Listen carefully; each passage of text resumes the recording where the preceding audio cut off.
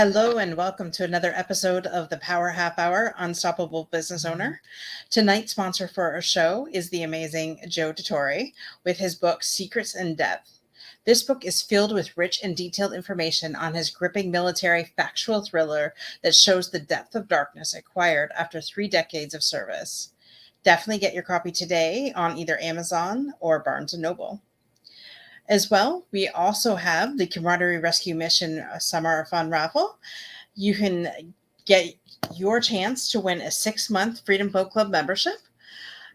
Definitely something that you and your family can have fun with, or if you're a business owner, it's a great way for your tax write-off and bring your clients in.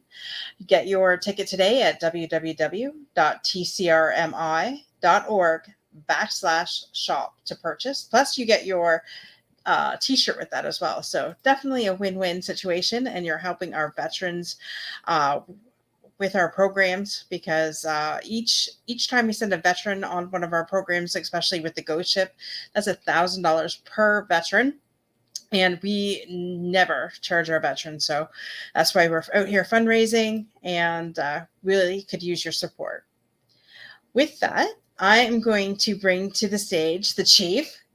Welcome to the show. I got a lesson in the Navy, a crash course in the Navy tonight, and I am super honored that you would share all that with me. So, Chief, tell us a little bit about yourself and a little bit about your background, and then we'll get into what veteran produce really is. Sure. Yes, thank you. And so, yes, as I was mentioning earlier, I am a Navy retired Chief Petty Officer, and I'm very proud of that distinction. And served 20 years at combat. Did the Desert Storm, Desert Shield, and various other engagements. And my background, specific by trade, is intelligence, analyst, counterterrorism, strike warfare, that kind of thing. So again, been all around the world a few times, and a lot of the last 8 years or so, I was stationed here at various commands in Texas, and have retired out of JRB, Texas. But my background started out earlier on, which will lend a hand into explaining why I do what I do. But I was a farm boy from Indiana and raised our own garden by hand, literally by hand, meaning which we didn't even actually have plumbing in the house, and so we bailed water out of the hole in the ground, and we took in big large pails and we hand watered our garden. So a lot of work. So anyway. That, like I said, that actually has a role, that experience has a role into what I do now. Wow. I can't say I've ever met somebody that has hand watered their garden. I mean, back when I was growing up, my grandfather had a farm, and which I've never shared this before. So this is the first time it's coming up. And we had our little garden in the back, but then he would plant what do you call that? Not yards. What is it called? Hectares or whatever. Acres. Thank you. Acres of farms out there, and I remember taking the tomatoes and making mud pies out of them. Okay, so now you're making me think of my childhood. Well, in hindsight, although I hated that, it was really, really hard work. I wish I had paid more attention to my dad at the time. But the value of this, and again, this also plays into why I do what I do, was that, we would get some pretty good winters down there, and we had food in the cellar, potatoes and all of our canned vegetables. And so we had good food that we raised, during the summer. And so that stuck with me as from a boy to growing up and having my own family. Because I wanted my children to understand, look, here's where the food comes from. It is not from the store. It starts in a field. And so my trying to have some semblance of a small garden in Texas was, a futile experience because, Texas is, hot and so trying to keep the garden watered and weeded, which are two, arch nemesis of mine. And so that's so one day I was trying to figure out how can I keep my garden watered while I was away working some obscene numbers of hours. And the Epcot Center came up in the search results. Are you familiar with the Epcot Center in Disneyland? The Epcot Center is there's a big, huge round fish tank, and then these plants that grow vertically. Yep. Well, most people don't know that that's actually aquaponics. That's an aquaponics facility. There's no dirt there. It's just Mhm. water. The water from the fish tank, the aquaculture, is what's used as the basis of the nutrient bath, if you will, for the plants. And so Right. when you combine growing plants and water, ponics, and aquaculture, fish farming, you come up with the word aquaponics. And so it's the byproduct of the fish water, which is actually ammonia, that creates the nutrient base for the plants. Well, once I learned about that, man, I stopped playing in this dirt thing altogether, and I jumped right head deep into aquaponics, and so that's what we do now. And at such a young age, like seriously. So you were way behind, you farther ahead than these farmers. So I work for in my day job. I work for a greenhouse, and Oh, that's right. Yes. Hmm. I know we use. I okay. So I've worked there for almost 5 years, and I've never been in the actual greenhouse itself because I'm in the office. And I've always said I wanted to go down and see it, and I'm gonna have to now for sure. But we Uh-huh. do use water based anyways. I don't know if it's Oh, okay. hydroponics. Well, So are there any fish? I don't think so. I've never Okay. seen a bill for fish. So Okay, so then that is bees, yes. hydroponics. Yeah, well, no, the bees don't produce the water. So the difference between aquaponics and hydroponics is aquaponics is fish water. Hydroponics is, we mix the solution. So it sounds like you have a hydroponic solution, a system, and that's a much easier system to manage, by the way, because fish are a pain in the butt. They're moody. I mean, you got to keep them warm and just the right temperature, and you got to keep your hands clean, and so you don't spread diseases, and it's a lot of work. But I started out building aquaponic systems for people in their backyards, and we've progressed up to large commercial systems now. We are still trying to deal with the residential market because they keep knocking on our door asking for systems and information, and so we have to keep going back there. But one of the biggest distinctions I ask is, hey, do you really need fish? Do you really think you need to deal with, are you really sure you want fish? Because again, I mean, I have, well, I have frozen all my fish one year because of the single heater that I had in my backyard system failed, which we don't do single heaters anymore. Everything is double systems. And then the next year, or might even been the same year, a heater, actually the controller stuck on, and we boiled them. So we went from 1 year freezing them because the heater failed, and then the controller burned up and stayed on. And so I Oh, came out to almost this steaming pile of, it was not a pretty sight. So fish are a lot of work. not to mention the stench, I'm sure. Yeah, well, it was good fertilizer, but spent a lot of work into that. So one of the things that we ask when we're talking with folks who say that they would like a greenhouse and probably possibly an aquaponic system is we talk about the need for protein. If there's not really a need for protein, i.e., fish, then the cost of and the hassle of managing fish, we really ask our partners and customers to really think that through. Do you really, really want to deal with fish? In some areas, one of our partners that we're supporting that is in Africa, Uganda, TAG. We've been working with for a couple of years now, and we advance and develop techniques for use in Africa, Uganda, and so their primary need, however, is protein. It's fish. It's not plants. The plants is an afterthought. It's they absorb the nitrates, the byproduct of the fish, but their main need is protein. But here in America, if you don't really have a need for protein, then we kind of steer you towards the hydroponics, because hydroponics, I've come to find now these past few years, is so much easier. It's so much, in so many ways, you can actually control your elements so precisely. Again, I mentioned earlier, fish are moody. If they don't feel like eating, they're not producing byproduct, and therefore the plants aren't really growing as well as they should. And then you have to augment with additional nutrients. So you're chasing versus hydroponics, and you dial it in right down the parts per million, and it's monitored all day long, and it's a nice little system. So Wow. that's my pitch on why hydroponics versus. I mean, I love aquaponics for what it does. Right. But I like hydroponics for the simplicity of it. One, and then two, it doesn't require as much space. And so I'll talk about this here shortly. One of our newer platforms, growing vessels, is a small footprint system. It's only 8 feet wide. Well, that's not used for fish tanks because it takes up a lot of space. We'll use standard, big wide greenhouse for an aquaponic system because it takes up so much space. So Right. again, there's differences in why we do one versus the other. So that's awesome. So I didn't know any of that. I thought that when we talked originally, that when you said veteran produce, that was something that you did. I didn't realize that you actually consult with other farms Uh, across the world too to oh make sure yes, yes. they're so. Mhm. For the viewers that You're, have you're no you- idea, you're not the first Canadian that I've talked to. wow, maybe you should come to Leamington, Ontario, where it's the greenhouse capital of the world. Oh, I'd Um, love to. and I just want to say welcome to Denise. And she said that it was fun back when you guys were kids and making your. That's my sister. Oh, is it back when you No, it were was not fun. using your hands to water your garden? Yeah, it was Is a when lot of she work. come up. So hi, Denise. Welcome. Thanks for supporting your Yeah, brother. yeah. Um, Love my so sisters. when you grow this produce, then what do you do with it? Because that's what I intrigued me when I came across your. And she So said, "No, not sure. fun. Yeah. So Oh, so let not me back fun." up a little bit.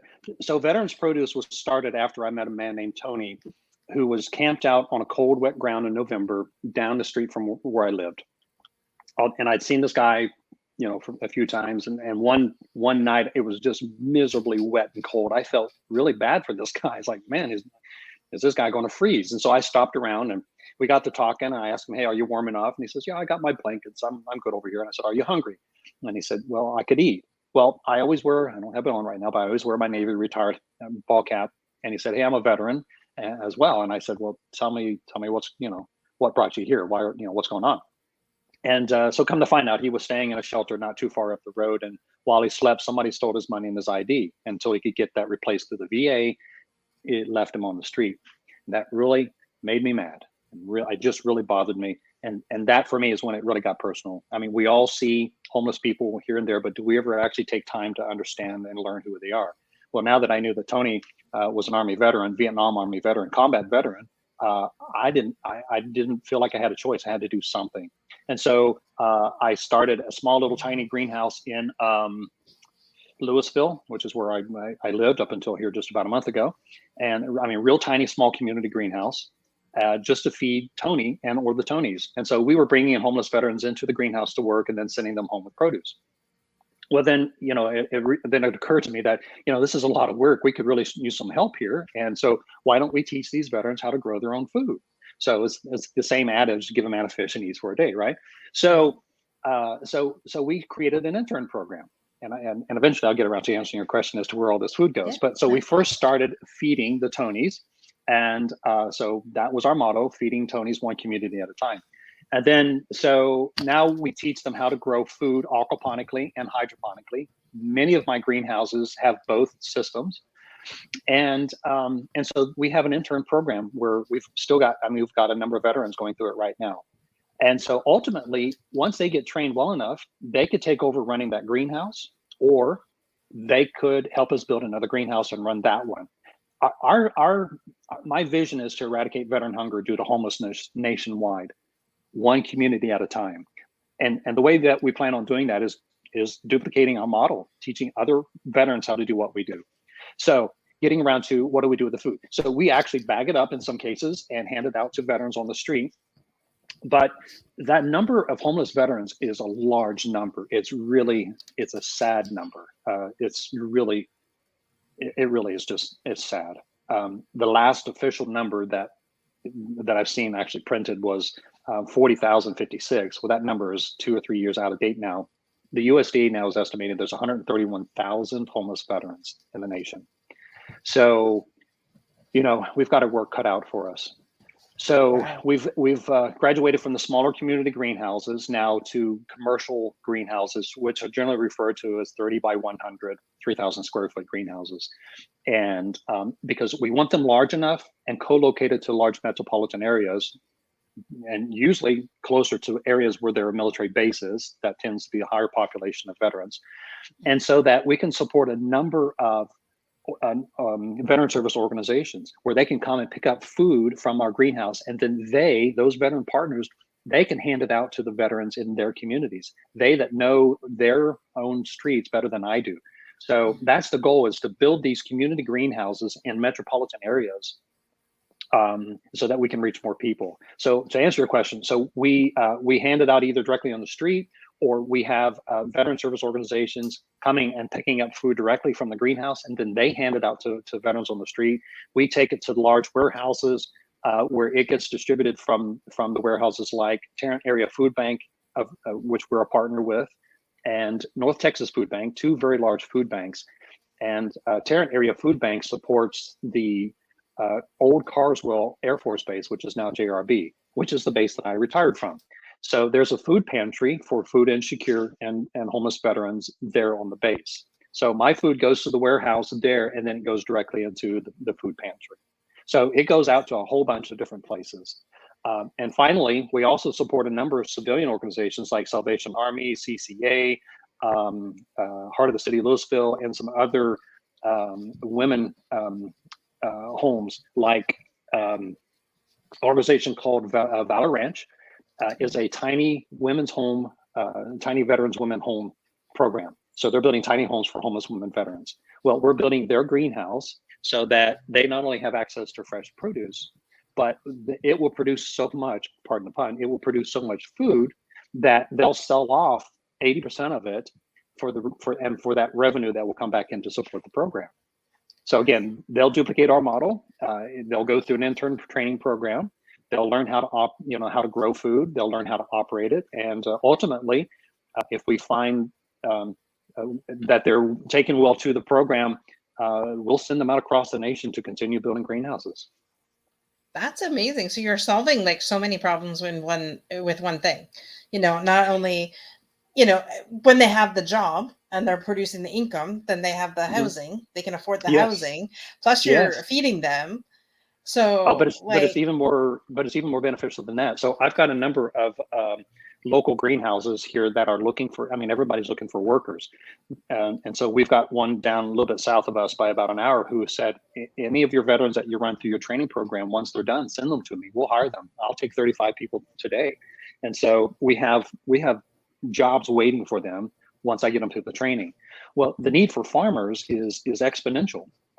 Farmers are retiring 2 times faster than those, than we're bringing on new ones. The average age of a farmer, I think, is like 63.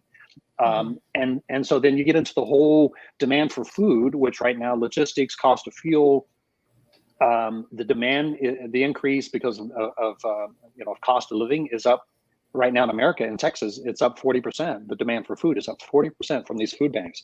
So they're helping solve a local problem as well. I mean, it's just this, and so I wish we're smart enough to say, I scripted all this out. I figured this out, 4 or 5 years ago. I wasn't, I just knew that there was a man named Tony that needed to be fed, and that's why we started Veterans Produce. So, and it's evolving now ever since there. And one other exciting thing is, now we're building for middle schools, low income middle schools, food insecure, children. And so, I didn't have any idea 4 years ago when we started this that we would be able to affect that much of an influence.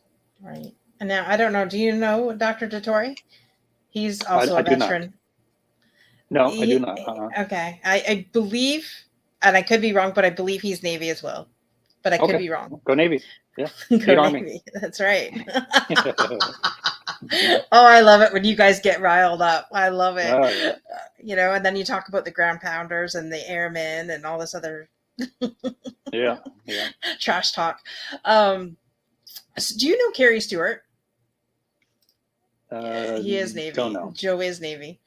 I don't know what context. I mean, I meet so many people. I'm right. The only reason I'm old. You have to forgive me. I don't have a good memory. I'll just Kerry's another one of my veterans that has been on my show. He moved from Colorado to Oklahoma, and is now basically, it just clicked. He bought enough acreage that he wants to farm this and then give the produce back to the community. So maybe I should connect you two together. Sure. And maybe you can start like a veteran produce in Oklahoma with Kerry, because Kerry is all about helping community and helping veterans and giving back. I mean, he's a yogi, on top of all that. And so I really believe that Kerry would be a good contact Sure, So sure, sure. I mean, we'll go anywhere where the need exists, and if it's, if it makes sense to put a large commercial system there, great.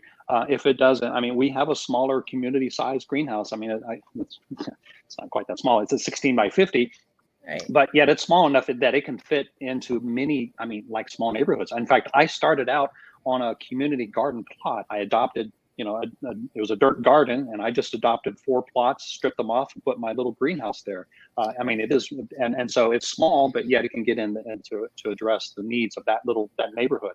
But for larger metropolitan areas, then we would want to look at a commercial sized greenhouse. One of the other solutions that we haven't talked about is, so we are now branching out across the nation. We're trying to satisfy the immediate needs here in Texas. We've got about 5 sites that we're working here in northern Texas area, but we're soon heading down to College Station, Houston, San Antonio, and out east Texas. There's another project in southern Texas. I'm sorry, McAllen. We're looking at a project there. And so for me to build a greenhouse in each of these locations takes so much time that I've been thinking about this. If I had a way that I could do this and cookie cutter it, well, I've been thinking about these shipping containers for a while, and it's finally come to fruition. And so now we're buying and retrofitting 40-foot shipping containers, insulating them, and putting walls and air conditioning and racks inside of them. And that, for us, we can cookie cutter those or mass produce those, whichever term you like, and then deploy them across the nation to wherever the demand exists. That's an 8-foot wide platform, 40 feet long, but 8 foot wide. I mean, that doesn't take up a whole lot of space. You just need power and water and hook it up. And so that's our new system now. It's a container garden, 40-foot container garden.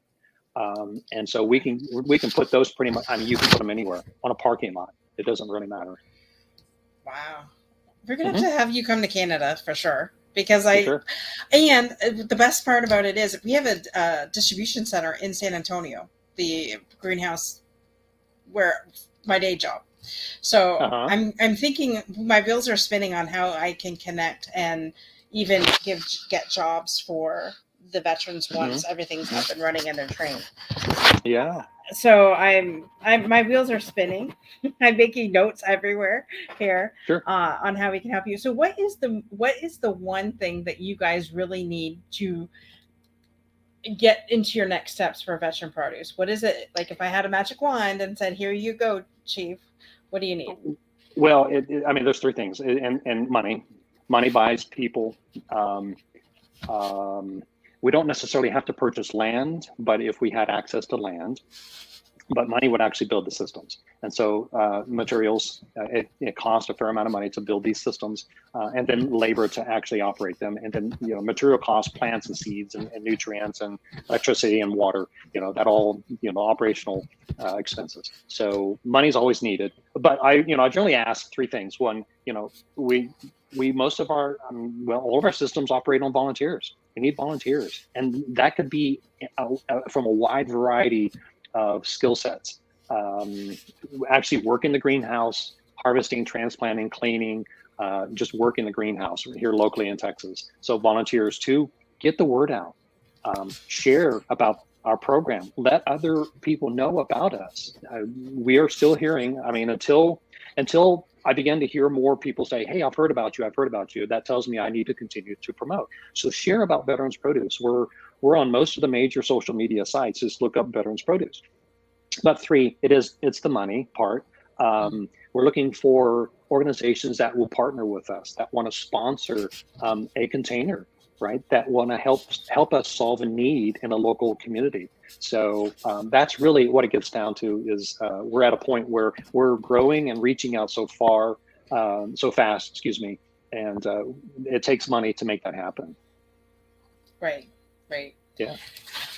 I have some ideas on that too, but so again, I'm full of ideas. Yeah. So, but it's exciting. I mean, we again, the fact that we're not even advertising that, hey, look, we've got systems that are available for purchase. We're really not, and please don't hear me say, hey, yeah, we've got systems available for purchase. Not right this minute. Although we do have a preliminary purchase of a 40-foot shipping container.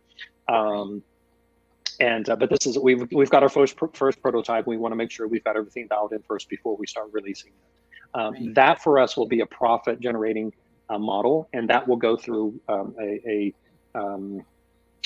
commercial side of the business, the commercial side. And so, and then at the same time, we'll also continue supporting the residential market. And then the revenue from that will come back in to support veterans produce, where we can continue building more greenhouses for veterans. And so that's the symbiotic relationship. And Denise wants to know, how many vegetables do you harvest? How many vegetables?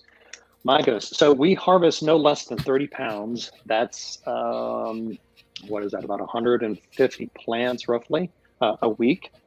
In the summer, it's down right now. But in the wintertime, my production goes up, oh my goodness, 3 or 4 fold. I mean, so we'll get to the point where we're going to start harvesting about 250 pounds of produce a week.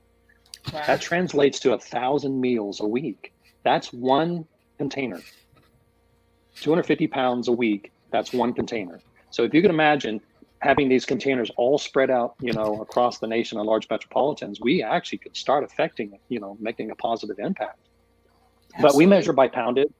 And right now we're down because of the heat. We're down to about 30 pounds. And I don't measure, so lettuce is basically, I think, what Denise was asking about. We grow all sorts of lettuces, mostly heat tolerance, Mears and romaines, Cherokee. We're growing a variety from Africa right now called Sumawiki. Again, this is one of our partner programs that we're looking to, figure out how to propagate this correctly. But we also do, most of the fruits, strawberries and cantaloupes and watermelon and cucumbers and squash, broccoli, all the herbs. And we don't necessarily count that. It's sort of bushels. We get what we get. Oh, and then I forgot tomatoes and peppers. So, there's a wide variety of things that we grow, but we don't count anything other than lettuce. It kind of gets measured in these totes. Right. So, and so we talk about pounds. So again, 250 pounds of food, each pound creates 6 meals. So if you think about it, 1 pound would feed 6 people. So 250 pounds would feed roughly a little bit over 1,000 people a week. And again, that's out of one container, just one 8-foot wide container. Wow, that's insane. Yeah, so we need to definitely get the word out about this, because that can pretty much end a lot of problems. So we can provide 30% of the recommended daily allowance with protein, produce, and fruits grown aquaponically or hydroponically, fruits and produce, right? So yes, but because of the way that the water processes and brings the nutrients to the roots, we can grow 8 to 10 times more food per square foot, 365 days a year. So that's the advantage of doing a water-based system like hydroponics or aquaponics, is the fact that the nutrients constantly are being resupplied to the roots.